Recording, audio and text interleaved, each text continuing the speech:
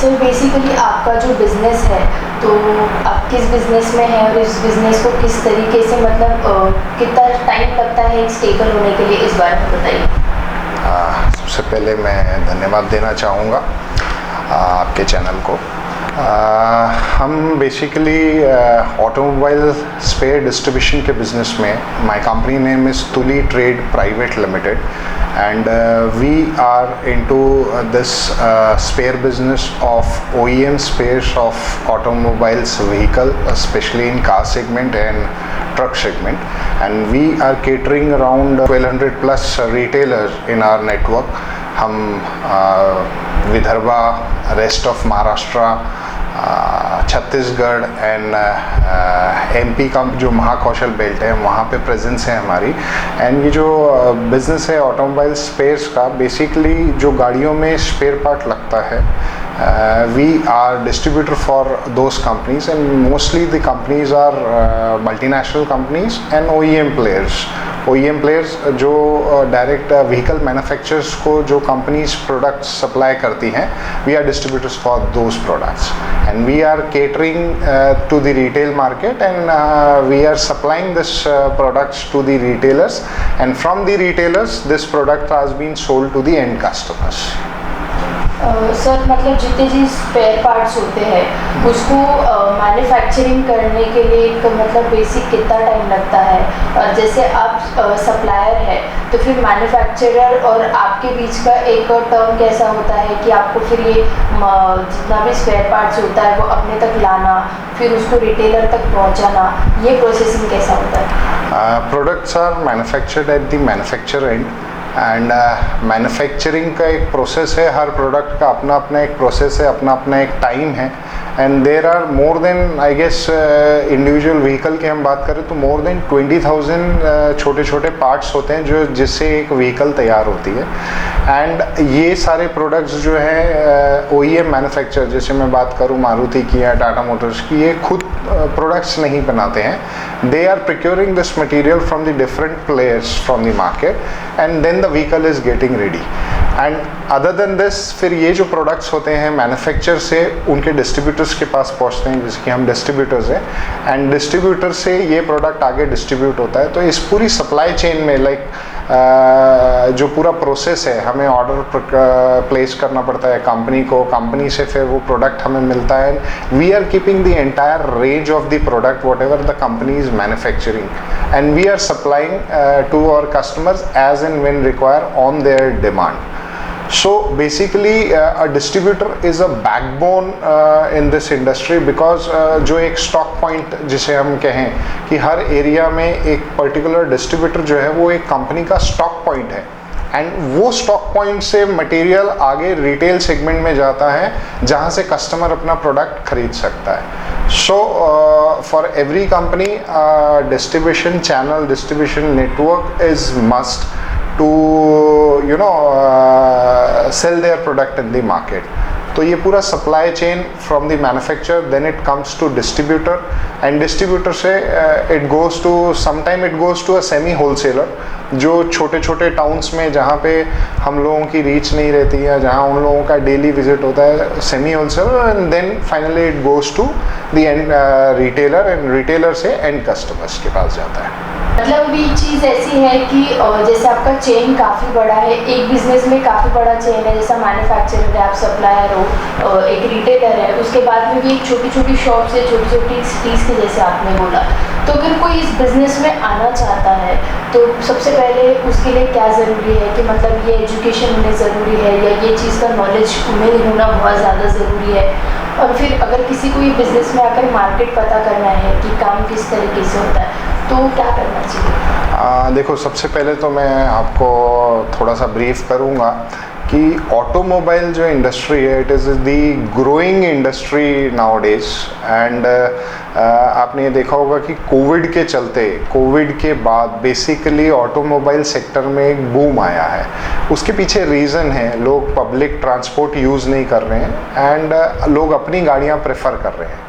तो इस प्रेफरेंस की वजह से देर is a market boom. So number one मैं ये सबको बताऊंगा कि ऑटोमोबाइल इंडस्ट्री जो है इसके अंदर एक ऑटोमेटिक डिमांड है। So it is considered to be an essential industry nowadays. It is not just the एक प्रोडक्ट है या एक सेगमेंट है, बिकॉज ऑटोमोबाइल के बगैर आप किसी भी बिजनेस में या कोई भी काम आपको करना है तो it's not possible. So you need a vehicle.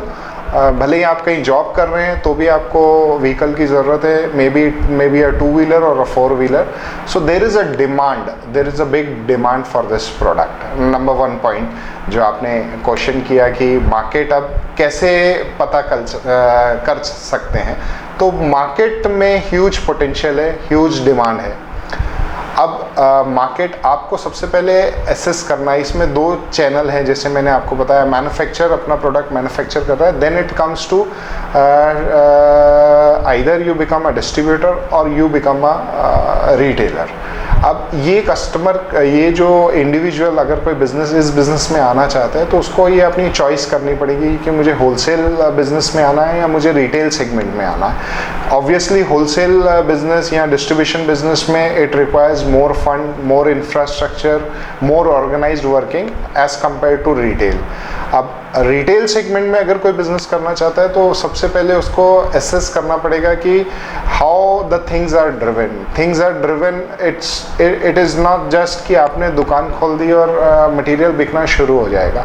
So you need to have certain networking, you need to have a relationship with the mechanic, because automobile में जो प्रोडक्ट आपने ख़रीद लिया लेकिन वो प्रोडक्ट आप खुद यूज़ नहीं कर सकते। It is not just an FMCG product कि आपने पैकेट निकाला, उसको यूज़ किया, अपनी गाड़ी में लगा दिया।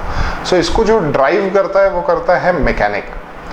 तो मैकेनिक से आपका नेटवर्किंग कैसा है, रिलेशनशिप कैसा है, ताकि मैकेनिक आपके पास आए, आपकी दुकान से वो प्रोडक्ट प्रमोट करवाए, एंड कस्टमर जब अपनी गाड़ी किसी ख़राब होती है तो मैकेनिक के पास जाता है, तो वहाँ से भी वो एक रेफरेंस मिलता है कि ये प्रोडक्ट है तो मैं कहाँ से लाऊं। तो it's not only just mechanic, but mechanic also plays an important role.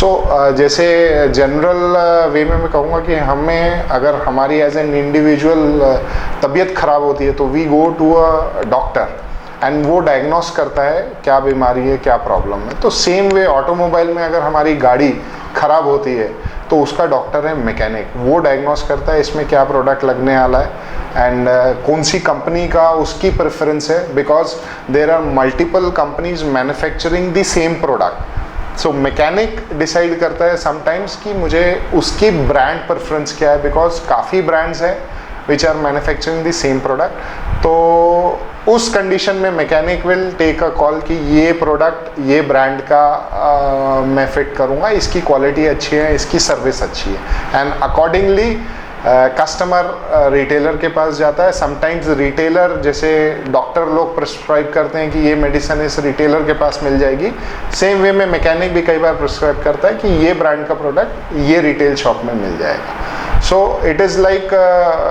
Not only just starting a shop, you have to analyze the market, you have to understand the product, and you have to also understand कि products की क्या लगने वाली है। अगर आपने एक जगह पे दुकान डाल दी, वहाँ पे महिंद्रा की स्पेस रख लिया है, उस जगह में पॉपुलेशन ही नहीं है, यहाँ आजू बाजू जो मैकेनिक है वो महिंद्रा व्हीकल्स का काम ही नहीं करते हैं, तो it will be of no use. So you have to understand that जो बेसिक इन्फॉर्मेशन आपको मार्केट से निकालनी पड़ेगी कि अगर यहाँ इस मैकेनिक के पास मारुति का काम आता है तो आई विल इन्वेस्ट मोर इन मारुति गाड़ियों के जो स्पेयर्स होते हैं उसके अंदर। So this is way the how the things goes on.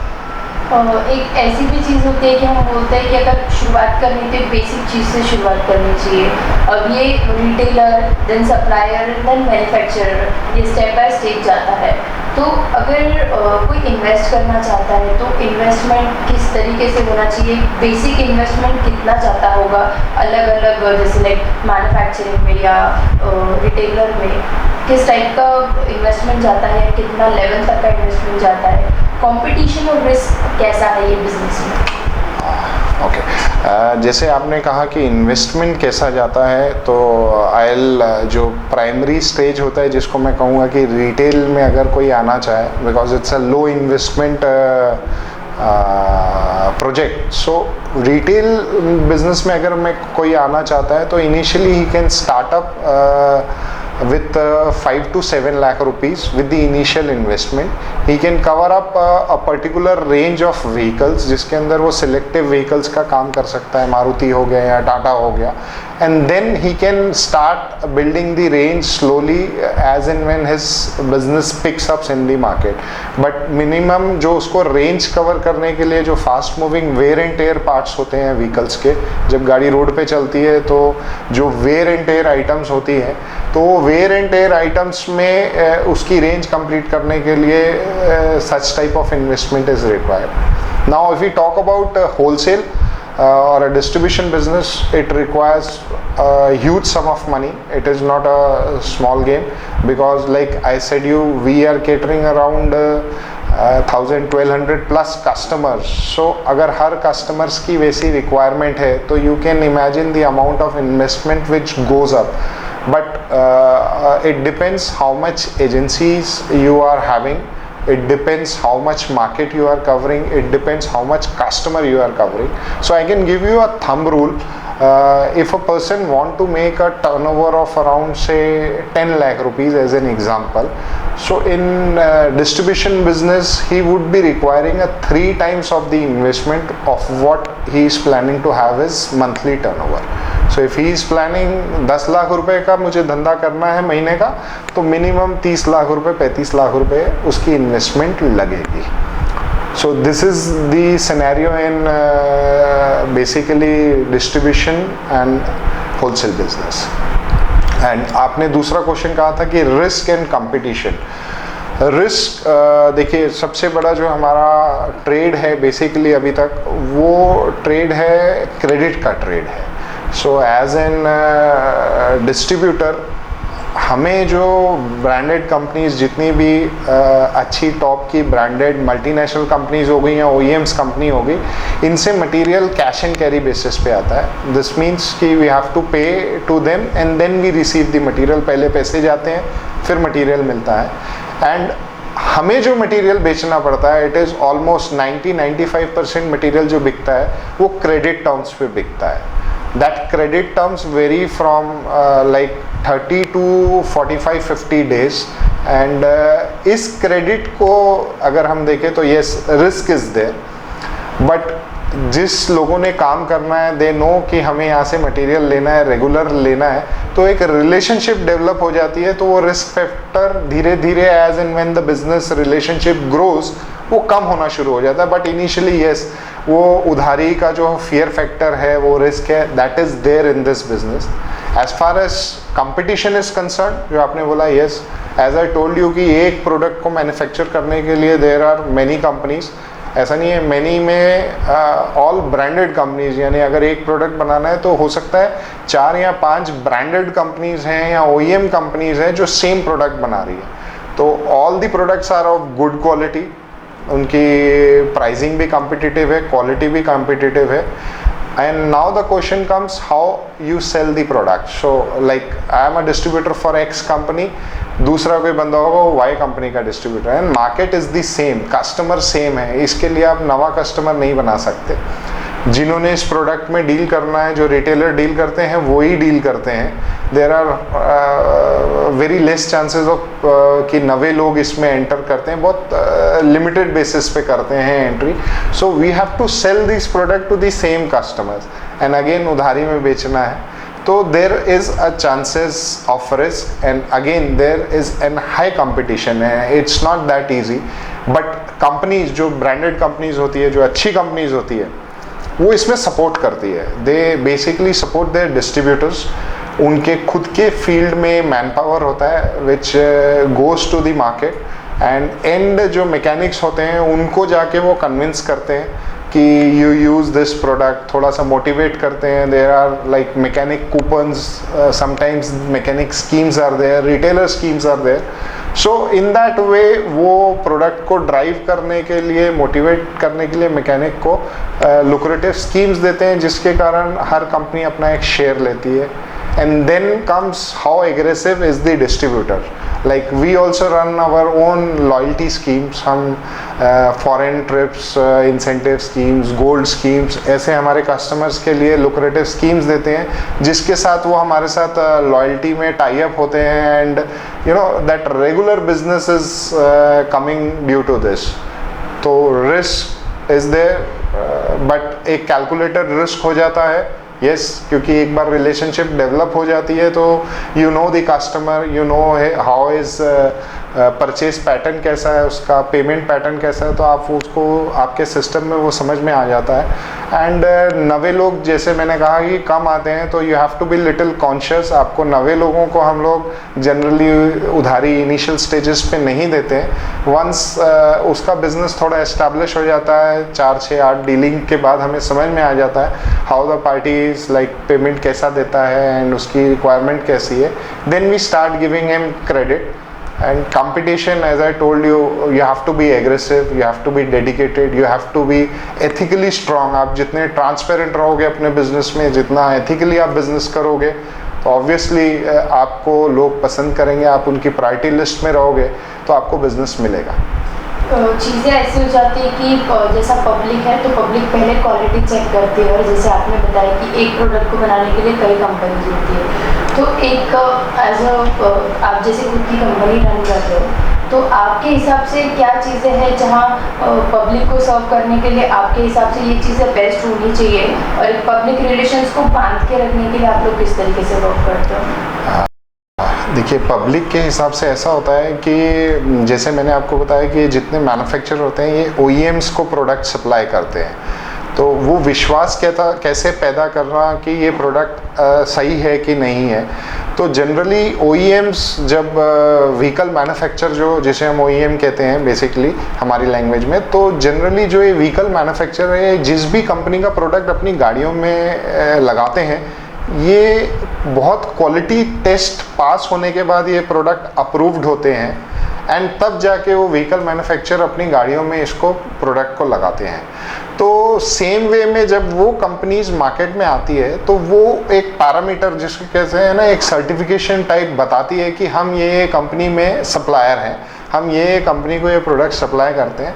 तो जिसकी ऑथेंटिसिटी हर आदमी को समझ में आ जाती है कि अगर ये OEM डायरेक्ट व्हीकल मैन्युफैक्चरर इस कंपनी के प्रोडक्ट लगा रहा है, तो दिस मीन्स ये कंपनी की ऑथेंटिसिटी या ये कंपनी की रिलायबिलिटी बहुत ज़्यादा स्ट्रॉन्ग है, बिकॉज इसने वो सारे पैरामीटर पास किए हैं, तभी जाके ये OEM में अप्रूव्ड हुआ है। सो हम जैसे जितनी भी कंपनीज में डील करते हैं, मोस्टली दे आर OEMs में अप्रूव्ड कंपनीज हैं, सो दैट कस्टमर के लिए वो जो एंड कस्टमर है उनके लिए भी वो एक कॉन्शियस पॉइंट जो है कि मैं अपनी गाड़ी में एक बेटर प्रोडक्ट यूज़ कर रहा हूँ कि नहीं, तो उसके लिए वो निश्चिंत हो जाते हैं।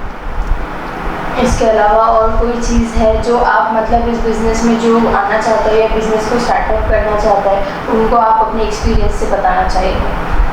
देखिए, बिज़नेस में जो भी ये इसमें आना चाहता है, तो सबसे मैं बोलूँगा कि कोई भी बिज़नेस क्यों ना करें हम, तो उसमें कुछ चीज़ें हैं जो हर इंसान को या हर एज अ बिज़नेस ओनर को फॉलो करनी चाहिए। एक तो कोई भी business just for the sake of business से नहीं चल सकता। सबसे पहले मैं उसमें समझता हूँ कि एक प्रॉपर सिस्टम्स, एक प्रोसेसेस होनी चाहिए।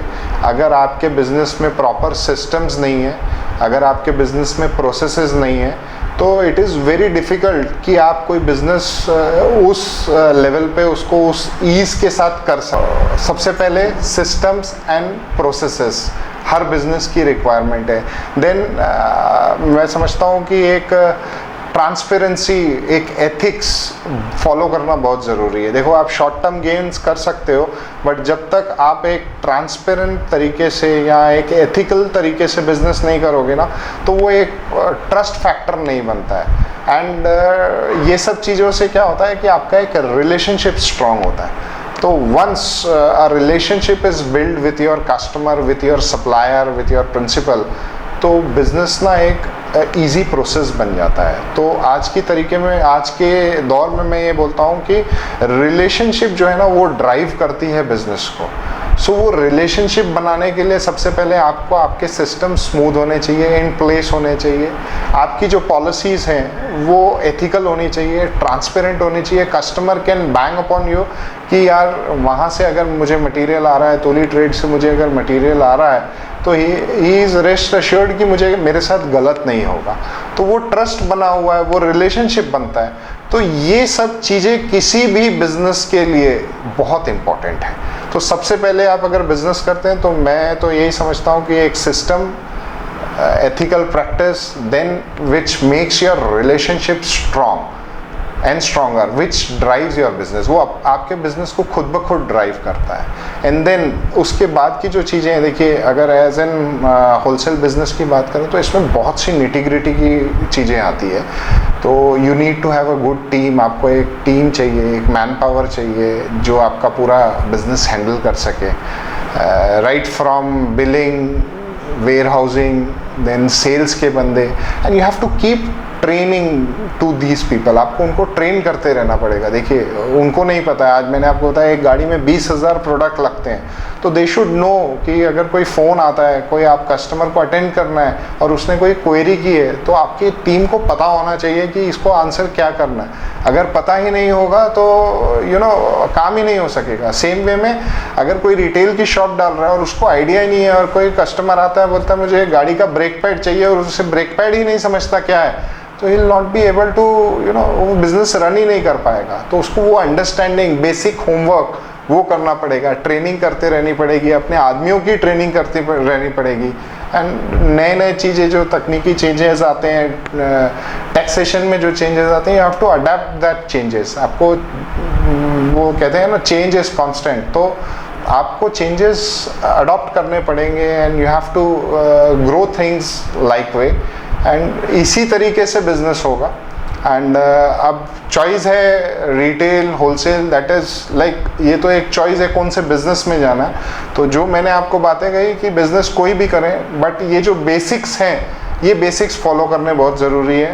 And once you follow this business, automatically business is going to show the result. कुछ बिजनेस को थोड़ा टाइम लगता है, कुछ कम समय में इस्टेब्लिश होते हैं, बट मैं समझता हूँ कि अगर आपने 1000 दिन किसी भी बिज़नेस को शिद्दत से दे दिए तो वो बिज़नेस फिर कभी पीछे मुड़ के नहीं देखता। बस आपका dedication, passion and hard work के साथ 1000 डेज किसी भी बिज़नेस को दीजिए आप, you will going to get the results.